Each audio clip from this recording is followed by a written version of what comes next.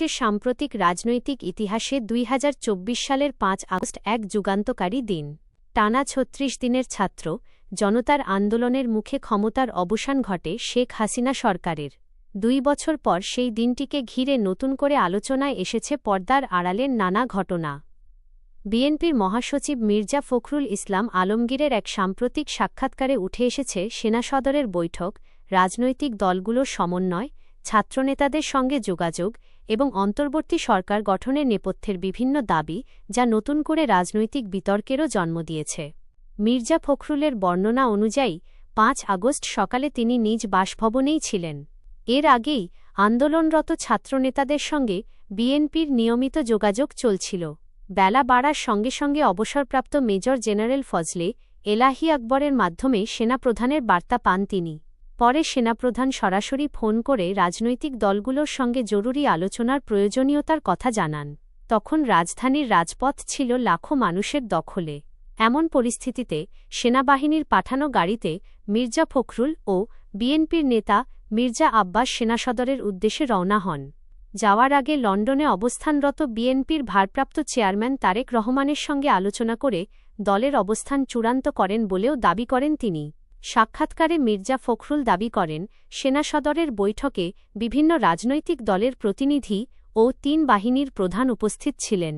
সেখানে জাতীয় সরকার গঠনের প্রস্তাব উঠলেও বিএনপি শুরু থেকেই অন্তর্বর্তী সরকারের পক্ষে অবস্থান নেয়। তার ভাষ্য অনুযায়ী সেনাপ্রধান পুরো পরিস্থিতিকে রাজনৈতিক সমাধানের দিকে নিয়ে যেতে সক্রিয় ভূমিকা পালন করছিলেন। বৈঠক চলাকালেই শেখ হাসিনা দেশ ছেড়ে চলে যাওয়ার খবর আসে। সেই মুহূর্তের অনুভূতি বর্ণনা করতে গিয়ে তিনি বলেন, ১৭ বছরের আন্দোলনের পর ঘটনাটি তাদের কাছে অলৌকিক মনে হয়েছিল। সেনা সদর থেকে বঙ্গভবনে যেতে সেদিন কয়েক ঘণ্টা সময় লেগেছিল।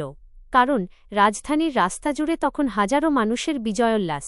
ক্যান্টনমেন্টের গেটেই রাজনৈতিক নেতাদের জনতার উদ্দেশ্যে শান্ত থাকার আহ্বান জানাতে হয়েছিল। বঙ্গভবনের বৈঠকে প্রথমেই বিএনপি চেয়ারপারসন খালেদা জিয়ার মুক্তির বিষয়টি তোলেন মির্জা ফখরুল। পরে অন্তর্বর্তী সরকারের প্রধান হিসেবে অধ্যাপক মুহাম্মদ ইউনূসের নাম ছাত্রনেতাদের পক্ষ থেকেই প্রথম আসে বলে দাবি করেন তিনি। বিএনপি সে প্রস্তাবে আপত্তি করেনি বলেও জানান। সাক্ষাৎকারে মির্জা ফখরুলের অন্যতম গুরুত্বপূর্ণ দাবি হল, জুলাই আন্দোলনের পুরো সময় ছাত্রনেতাদের সঙ্গে বিএনপির ধারাবাহিক যোগাযোগ ছিল। তার ভাষ্য অনুযায়ী মাহফুজ আলম, নাহিদ ইসলামসহ কয়েকজন ছাত্রনেতা বিভিন্ন সময়ে তার বাসভবনে গিয়ে বৈঠক করেছেন।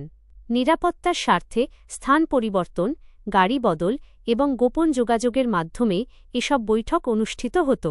তিনি আরও দাবি করেন, মার্চ টু ঢাকা কর্মসূচি ৬ আগস্টের পরিবর্তে ৫ আগস্ট করার পরামর্শও তিনি ছাত্রনেতাদের দিয়েছিলেন, যাতে আন্দোলনের গতি ব্যাহত না হয়। শুধু ছাত্রনেতাই নয়, বিএনপি, জামায়াতে ইসলামী এবং অন্যান্য সমমনা রাজনৈতিক দলের মধ্যেও নিয়মিত যোগাযোগ ছিল বলে দাবি করেন বিএনপি মহাসচিব।